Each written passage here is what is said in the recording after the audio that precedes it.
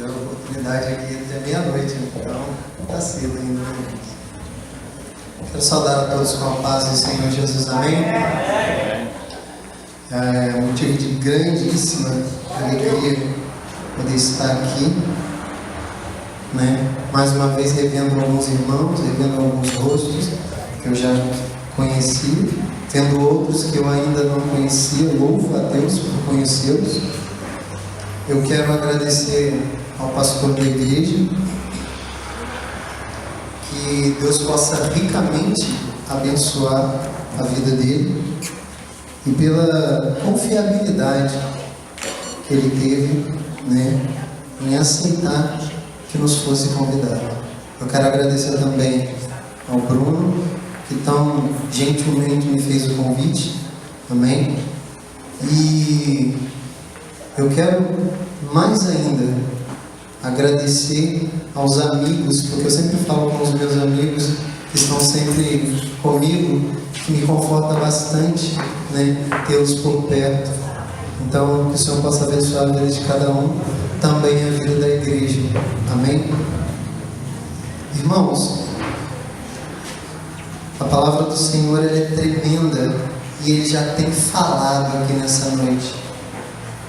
Quem pôde perceber, né, ao longo deste culto, já nessa noite, pôde ver que o Senhor já vem falando sobre transformações, que o Senhor já vem falando sobre milagres, sobre transformação de vida. Aquilo que talvez você possa estar precisando nessa noite, talvez o Senhor tenha para você nessa noite. Foi dito aqui, nesse teatro: fé. Fé é o que nós precisamos para alcançar o impossível. Curiosamente, é um dos pontos máximos dessa palavra hoje. Fé é o que nós precisamos para enxergar o impossível de Deus. Sem mais delongas, você está entrando na mensagem. Abra a tua Bíblia no livro, no Evangelho segundo escreveu João, capítulo de número 11. Eu vou estar lendo o versículo 1 ao 4, depois do versículo 38 ao 44. Evangelho de João, capítulo de número 11.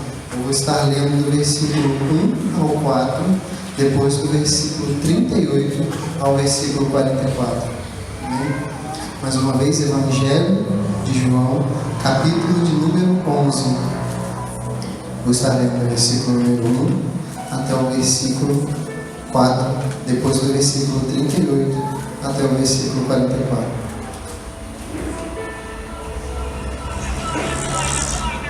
Todos encontraram? Minha versão é um pouquinho diferente, viu, irmão? Talvez se não bater com a sua, mas o conteúdo da mensagem é o mesmo. Diz assim a palavra do Senhor: a morte de Lázaro um homem chamado Lázaro estava doente. Ele era do povoado de Betânia, onde Maria e sua irmã Marta moravam. Esta Maria era a mesma que pôs o perfume nos pés do Senhor Jesus e enxugou com seus cabelos. Era irmão dela, Lázaro, que estava doente. As duas irmãs mandaram dizer a Jesus: Senhor, o seu querido amigo Lázaro está doente. Quando Jesus recebeu a notícia, disse: o resultado final desta doença não será a morte de Lázaro. Isso está acontecendo para que Deus revele o seu poder glorioso e assim, por causa dessa doença, a natureza divina do Filho do Homem seja revelada. Versículo de número 38. Jesus ficou outra vez muito comovido. Ele foi até o túmulo, que era uma grande gruta com uma pedra colocada na entrada, e ordenou: tirem a pedra. Marta, a irmã do morto, disse: Senhor, ele está cheirando mal, pois já faz 4 dias que foi sepultado. Jesus respondeu: não disse que se crê, você verá a revelação do poder glorioso de Deus? Então tiraram a pedra. Jesus olhou para o céu e disse: Pai, eu te agradeço, porque ouvistes. Eu sei que sempre me ouves, mas eu estou dizendo isso por causa de toda esta gente que está aqui, para que eles creiam que tu me enviastes. Depois de dizer, gritou: Lázaro, venha para fora. E o morto saiu, e seus pés e suas mãos estavam enfaixados com tiras de pano, e o seu rosto estava enrolado em pano. Então disse Jesus: desenrole as faixas e que ele vá. Amém? Já foi orado nesta noite. Eu só quero pedir ao Senhor que nesta noite, Deus, que o Senhor venha falar mais com a tua igreja, como já tem falado. Que não haja espaço em mim, Deus, para mais nada além da tua vontade e do teu querer nessa noite. Todos nós, irmãos, temos dificuldades, é bem certo, e fato isso. Cada um tem um estilo de dificuldade diferente. Foi narrado e ilustrado muito bem isso aqui nesse teatro, nessa peça, não é verdade? E não enganem vocês, não tem classe etária de idade para se ter dificuldade, problema, né? Certa feita eu me lembro de uma irmã conhecida, muito amiga minha. Ela tem um filho pequenininho, né? E outro dia ela estava contando: outro dia eu encontrei meu filho orando no quarto a Deus, pequenininho, cerca de 3 anos. Ela disse que ele orava assim: Senhor, eu estou em prova, o meu carrinho está velho, eu preciso de um carrinho novo. Talvez isso seja muito bobo, irmãos, para a gente, mas era o problema daquela criança. Talvez um jovem, como foi visto aqui: estou com tanta dificuldade, Deus, para entrar na minha faculdade. Eu venho de família pobre, eu não tenho condições de pagar. Parece bobo para alguém que, por exemplo, lida com problemas muito grandes, mas é a dificuldade desse jovem. Às vezes a gente pode encontrar pessoas com outros problemas maiores ainda, problemas que envolvem situações de risco de vida, um ente querido, um parente, qualquer outros desse gênero, que precisa de algo transformador da parte de Deus. Mas Deus, Ele não ignora as nossas necessidades. Ele diz na sua palavra que se tão somente ouvirmos a tua voz e obedecermos a tua palavra, as bênçãos dele nos seguiriam, correriam até nós e pulariam para nos agarrar.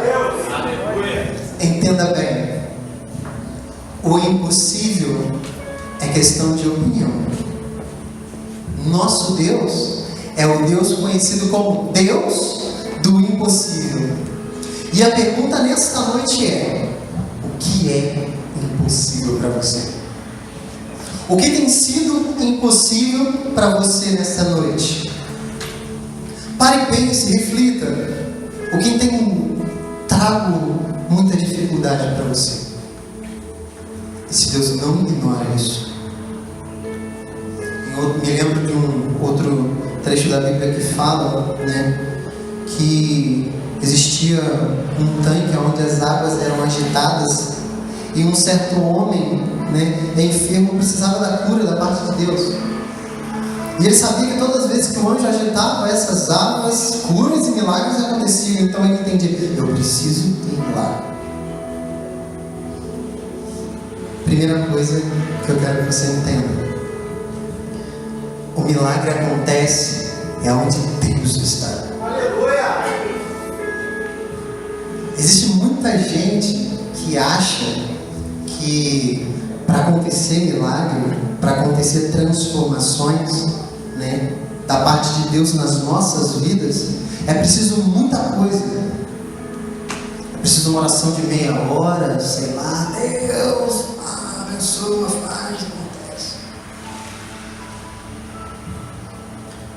olhar nas Escrituras, eu vou ver um Jesus falando assim: vai, a tua fé te salvou. Vai, a tua fé te curou. Vai, seja feito conforme a tua fé. Aleluia, meu Deus. E esse Deus, o mesmo Deus, não mudou. É o mesmo Deus que está aqui hoje. É o mesmo Deus que está falando aos nossos corações. Meu objetivo hoje é fazer você entender como ver o sobrenatural, aquilo que é impossível, se tornar possível na sua vida. A Bíblia, ao longo dela toda, esse foi só um texto de um milagre muito grande que aconteceu, mas a Bíblia dela inteira tem histórias de milagres sobrenaturais, de coisas sobrenaturais que acontecem. Eu confesso que quando me foi dado o tema, eu fiquei até um pouco encabulado. Falei, Deus, mas a Bíblia toda fala disso. A Bíblia toda fala de impossíveis se tornando possível. O que é peculiar em todas essas passagens é o seguinte: é que em todas o milagre, a transformação, ou seja lá o que a pessoa precisasse que acontecesse, acontecia quando Deus era envolvido na história. Quando Deus está na história, milagres acontecem. Eu estava conversando com a mãe do Bruno hoje, eu esqueci o nome dela, perdão, irmã Fátima. Conversando com a irmã Fátima hoje antes de vir para cá, né? E ela estava mostrando um vídeo de uma pregação que ela viu, né? E que falava um pouco, né, de algumas coisas que tem feito a mídia aí fora da igreja. E uma coisa que essa mídia tem tentado destruir da igreja remanescente de Deus. O que essa mídia tem tentado destruir, sabe o que é? É a fé. Porque sem fé é impossível agradar a Deus. Sem fé é impossível ver o impossível tornar-se possível. Quando nós vemos aí fora milagres acontecendo à torta e à direita, a gente começa a questionar: será que isso é verdade mesmo? Não se assuste com o que eu vou te dizer. Isso parece não surtir efeito nenhum na sua vida, mas de forma subliminar, isso vai minando a tua fé. A ponto de um dia alguém dizer que aconteceu um milagre de verdade e você questionar: será que realmente aconteceu? Esse é o objetivo dessa mídia que tenta destruir a fé. Mas o que eu quero com tudo isso? O que eu estou falando? É o meu primeiro ponto. A primeira coisa que alguém que quer ver o impossível de Deus acontecer precisa saber é que sem fé é impossível ver o impossível se tornar possível. É o primeiro ponto. É o que é mais falado aqui nessa noite. É porque de fato, se você ignorar esse ponto, nada do que foi falado aqui nessa noite faz sentido. Se você ignorar a fé, nada mais vai fazer sentido. Nada vai funcionar. Nada vai significar mais nada.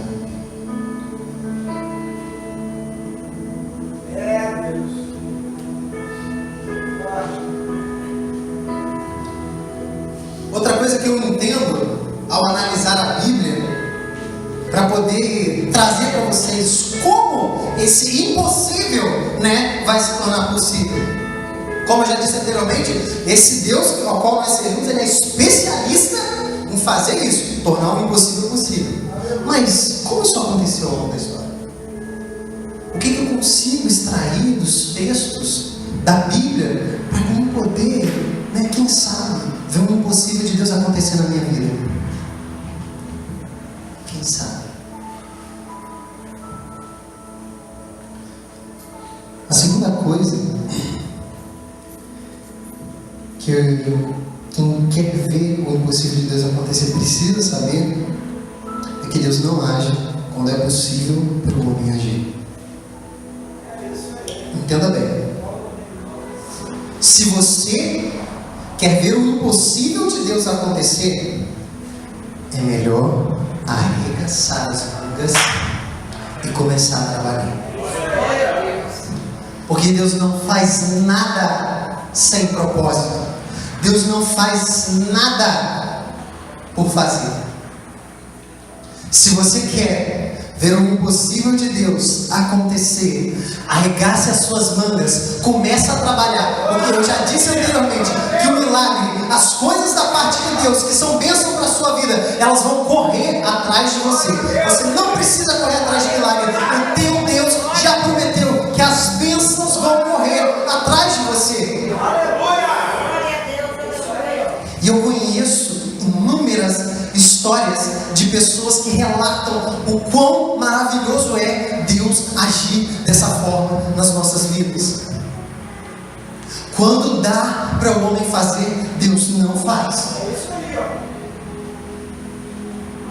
Nesse texto a gente vê isso muito bem quando ele diz assim, tirem a pedra, removam essa pedra. Deus podia muito bem tirar essa pedra. Quem se lembra do momento em que ele ressurgiu? Na frente da gruta, que é onde ele foi enterrado, também tinha uma pedra. E os relatos é que essa pedra desapareceu, só voando, sei lá para onde ela foi.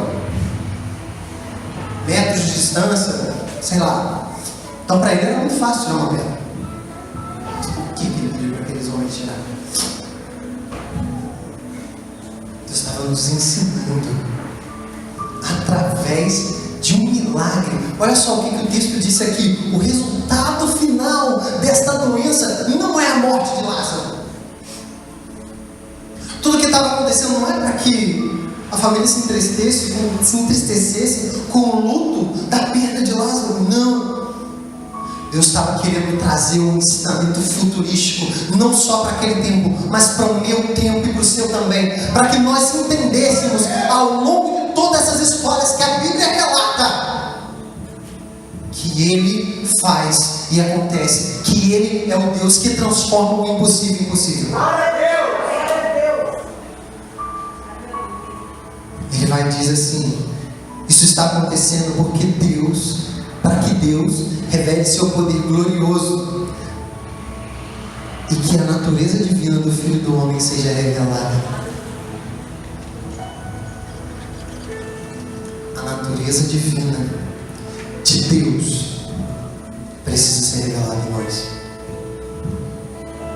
Você sabe por quê? Mais uma vez falando de propósito. Deus, irmão, não vai fazer um milagre na tua vida sem propósito. Porque o reino dele precisa crescer. E ele conta com você para que esse reino cresça. E sem você, esse reino não vai crescer como poderia crescer. Tem muita gente que fala que Deus não precisa de nós.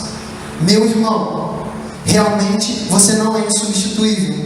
Mas tudo aquilo que você não faz, você sobrecarrega alguém para fazer, e ela não sai com tanta perfeição quanto você faria. Você sabe por quê? Porque cada um tem um dom. Deus deu um dom para cada um, e fazer segundo o propósito dele, segundo aquilo que foi chamado. Então, se você foi chamado para um propósito, desempenhe esse propósito, porque esse Deus está te chamando, este Deus te comissionou. Então faça segundo aquilo que ele lhe ordenou.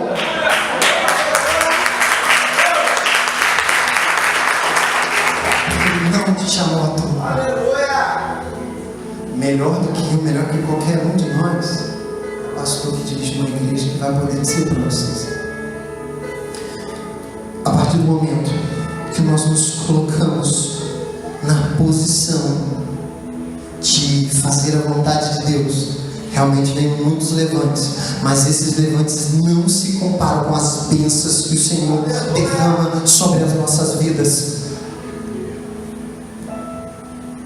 O apóstolo Paulo dizia: as dores e aflições que aqui passam não vão se comparar com a glória que há de ser revelada. Ele estava falando de algo que ainda estava por vir, né?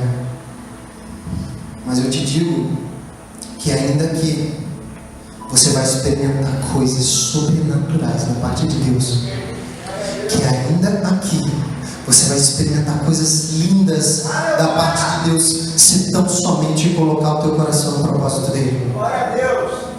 Existe um texto que fala assim: todas as coisas cooperam para o bem daqueles que amam a Deus, segundo o seu propósito. As pessoas às vezes esquecem desse restinho. Todas as coisas vão cooperar para o bem daqueles que amam a Deus, segundo o propósito dele.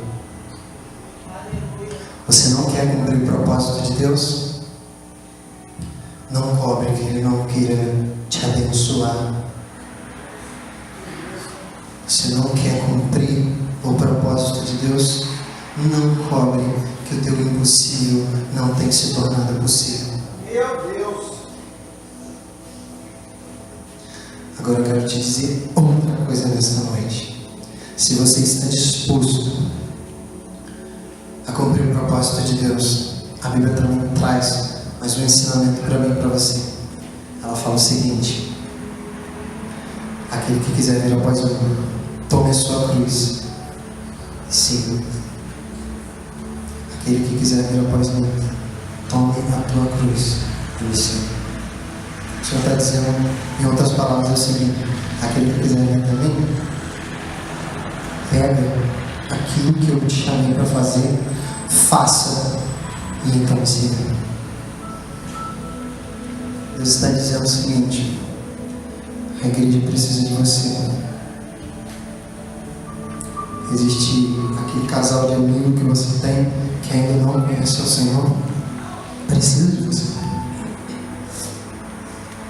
O teu esposo, que talvez não serve o Senhor ainda, precisa de você. A tua esposa, que talvez não serve o Senhor ainda, precisa de você. Os teus pais, que às vezes ainda não servem o Senhor, precisam de você. Eu te digo isso, irmãos. Eu vos digo isso, sabendo que a caminhada ela não é fácil. Meus pais não são convertidos ainda. E às vezes eu me deparo em situações que eu falo assim: Deus, quando? Deus, vai demorar muito. Por isso que eu posso sempre ser tanto falando assim: Deus, presta-te no socorro.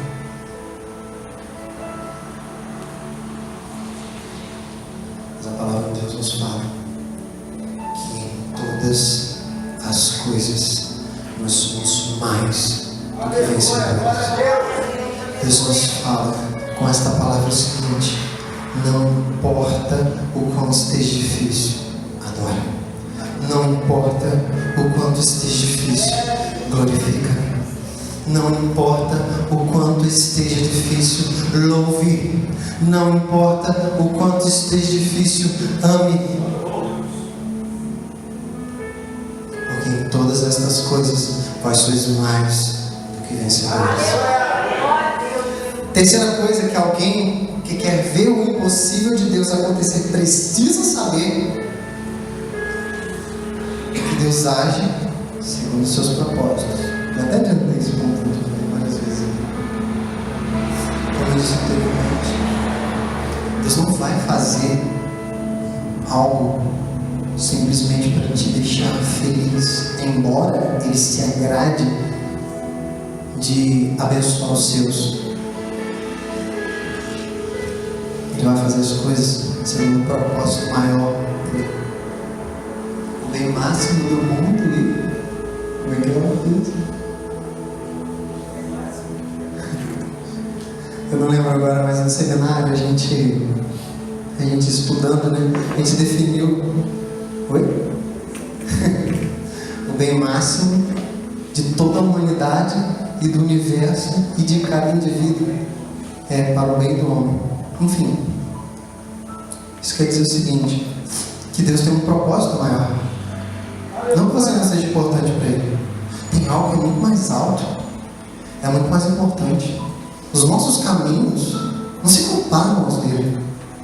As nossas necessidades não chegam nem aos pés daquilo que Ele tem para fazer, de tudo aquilo que é realmente importante.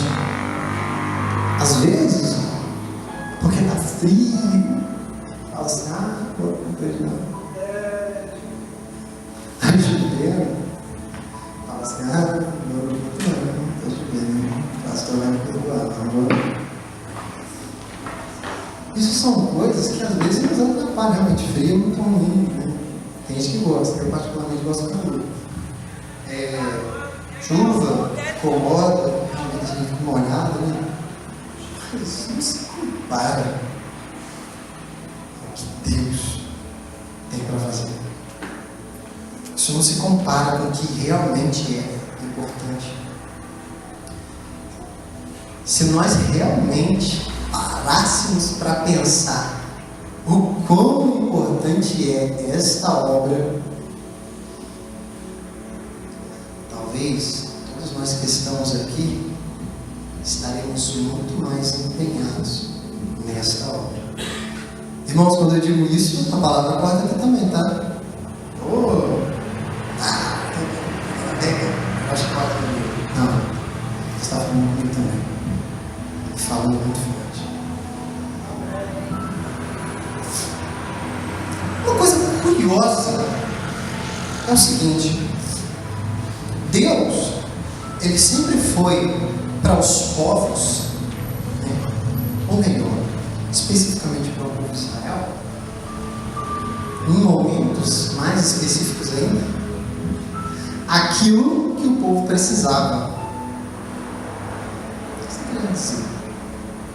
A ponto do povo, às vezes, definir Deus, né, com um nome específico, né? E eles vinham colocando Deus como a provisão, né, como a cura, como a santificação, a ponto deles citarem o nome de Deus. Por exemplo, quando o povo precisava guerrear, eles precisavam de um Deus que fosse Senhor deles no exército. E então Jeová foi Sabaoth, que quer dizer Senhor dos exércitos. Quando o povo viu que havia a necessidade de se santificar, Jeová foi Macabesh, o Deus que santifica. Aleluia. Quando o povo precisou de um estandarte ou de uma bandeira para defini-los, quem eles são, a quem eles servem, eles entenderam que Jeová era Nissi. Amém. Glória a Deus. E entre outras situações aconteceram, e eles foram nomenclaturando Deus, Jeová Rafá, Jeová Jireh, Jeová Shalom, Adonai, Elohim, El Shaddai, e entre outros, sempre para poder designar aquele período, aquela necessidade, aquele momento. Então Deus era o socorro bem presente no momento de angústia deles. Em outras palavras, eu quero dizer para você o seguinte: o que você tem precisado de Deus nessa noite?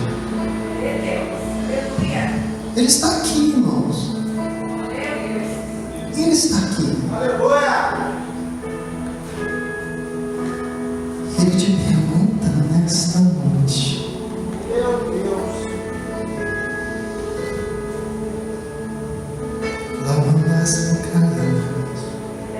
Glória a Deus. Aleluia. o que queres que eu te faça? Aleluia, Jesus. Glória a Deus. Deus é o Senhor das nossas vidas. Glória a Deus. Esse mesmo Deus está aqui. Aquele homem do tanque que eu falei no início não precisou do anjo agitando o tanque, porque ele encontrou com ele. Aleluia. Glória. Uma mulher que já sofria, perdão, já nem lembro quantos anos que a Bíblia relata que ela sofria uma dor, né, nas costas, de uma enfermidade que ela tinha. Ela tinha aquele que curava ali com ela. Uma outra mulher que sofria de um fluxo de sangue, ela foi curada tão somente de tocar, porque ele estava ali. Muitas outras pessoas tocaram, mas só ela foi curada porque ela precisava. Ele era o socorro bem presente dela. Talvez os demais não eram, porque para os demais não saiu virtude, mas para ela saiu. Não sei se você está entendendo o que eu estou querendo dizer. Você pode estar aqui hoje apertando Jesus, entendeu? Mas toca de um jeito diferente que vai sair virtude. Lá, andar.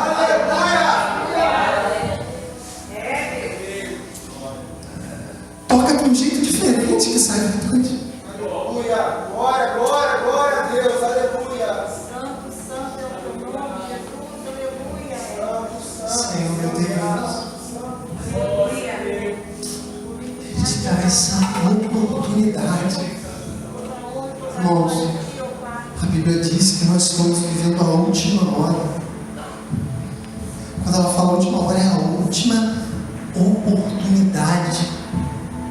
Povo na face dessa terra, é a última oportunidade.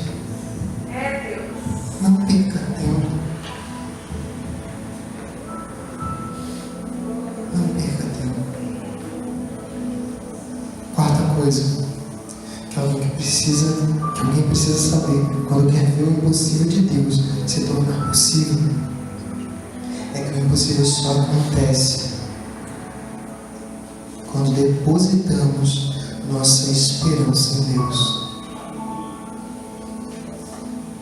Quando Jesus esteve às portas da gruta, mandou tirar a pedra. Marta disse: Senhor, eu tenho 4 dias, já deve estar cheirando mal. Ele virou para mim e falou o seguinte: mulher,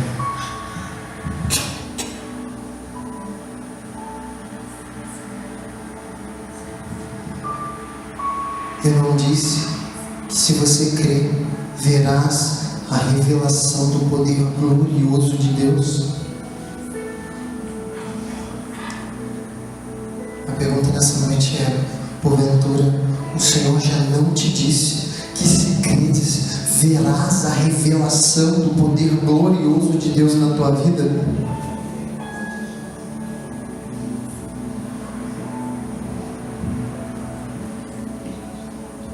A revelação do poder glorioso de Deus.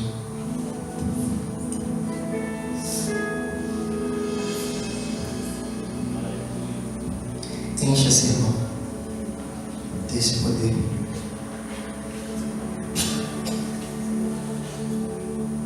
Às vezes, nós precisamos realmente nos demonstrar dependentes de Deus.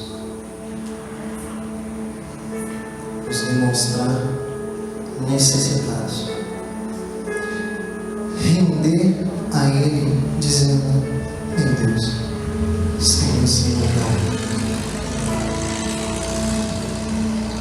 existe uma canção que eu vou tentar louvar. Eu tenho o hábito de louvar, tá, irmãos? Então, me perdoem se cometer alguma falha. Que fala que é no altar que a gente deposita aquilo que a gente quer que Deus nos ajude. É Deus. É no altar. Eu já vou encerrar, que eu te convidar a ficar de pé. Você tem a oportunidade nesse momento de deixar no altar. Você não precisa vir aqui na frente, a não ser que você queira, tá? Mas pode ser do seu lugar mesmo em oração. Deposita no altar que você quer que Ele te ajude. É Deus. Deus é Deus. Ele é o Deus do impossível. Deus que age, o Deus que transforma.